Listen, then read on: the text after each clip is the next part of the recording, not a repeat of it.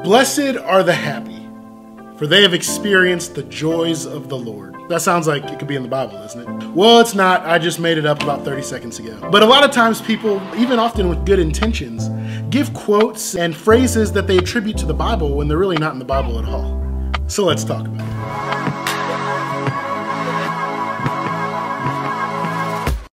What's up everybody, Chase here, and welcome back to another video on this channel. If this is your first time watching, why don't you start by hitting that subscribe button. I try and post 2 new videos on this channel every single week.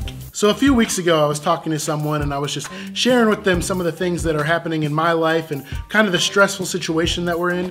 And they responded by giving me a verse from the Bible.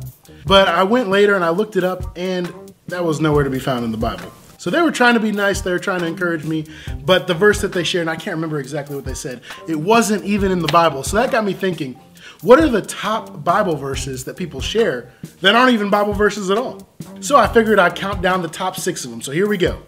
Number 6, cleanliness is next to godliness. Lysolonians 2:14. You get it because Lysol is a cleaning brand? Yeah. Not too many people use this phrase anymore, but it sounds sort of Proverbs-y a little bit, doesn't it? Well, not only is it not in the book of Proverbs, but it's not in the Bible at all. No, this short saying is actually attributed to John Wesley, the father of the Methodist Church. Now, just because it's not in the Bible doesn't mean it's 100% wrong. I mean, cleanliness is a good thing, but everyone knows that being from Cleveland, Ohio is really what's next to godliness. Number 5, the lion shall lay down with the lamb. The book of Eli 4:37. Now this one sounds like it's gotta be straight out of the book of Revelation. Or maybe if not the book of Revelation, then maybe one of the prophetic books like Isaiah or something like that. Well, actually that's on the right path, but it's not entirely correct.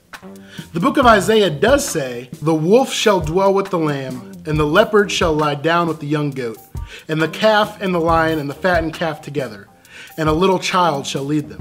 So the illustration of living in peace and the hunter and the hunted being together in a peaceful situation, that illustration still rings true, but it doesn't say word for word that the lion will lay down for the lamb. Number 4, God will never give you more than you can handle. The book of Wishful Thinking 1:1. Now the Bible does say that God will never let us be tempted beyond what we can bear. In other words, if we're a Christian, if we're a son or a daughter of Christ, He's not going to let us be put into a situation where the temptation is so strong that even with the help of the Holy Spirit, we can't do what's right.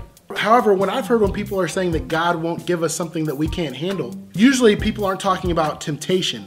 They're talking about life situations or that we will never be in a situation in our life that we can't handle on our own. Well, that's not true. In fact, when we realize that we're in a situation that we can't handle on our own and that we need God's help, that's when our relationship with God grows even stronger. I love this quote by Pastor Tony Evans, a pastor in Dallas. He says that sometimes God actually lets us hit rock bottom so that we can realize that God is the rock at the bottom. Pretty powerful.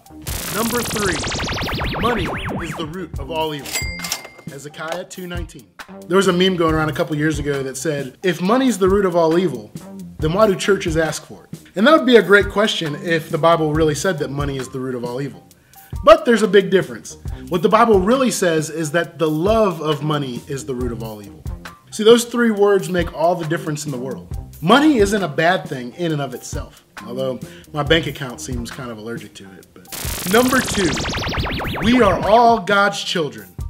First Misconceptions 5:16. All right, now we're getting into the theological nitty-gritty here.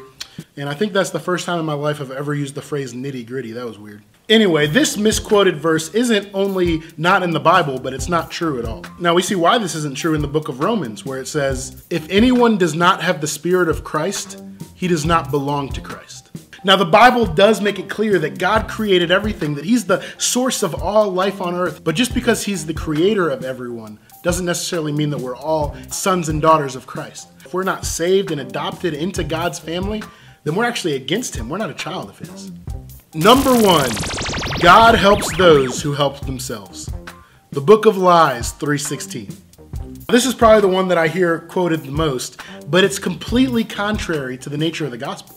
See, the gospel tells us that on our own, we're completely powerless, that we absolutely need God. That's why the Bible puts such a heavy emphasis on humility, because until we humble ourselves and realize that just on our own, we can't do anything at all, until we realize that, until we realize how broken we are on our own, then we're just gonna end up in the same cycle of trying to help ourselves when we really can't. That's why the Apostle Paul says that he actually boasts in his weakness. And he says that when he's weak, that's when he's actually strongest. So I hope you enjoyed this video, and there's several more of these that I could have given. In fact, why don't you leave me a comment in the comment section letting me know what verses you've heard attributed to the Bible that aren't actually in the Bible at all. And next time, if someone offers you a word of encouragement and says that it's in the Bible, why don't you look it up for yourself and see if it's actually in there. So make sure you hit that subscribe button, hit the like button, answer the question that should be on the screen somewhere right around here. And as always, I will see you on another video.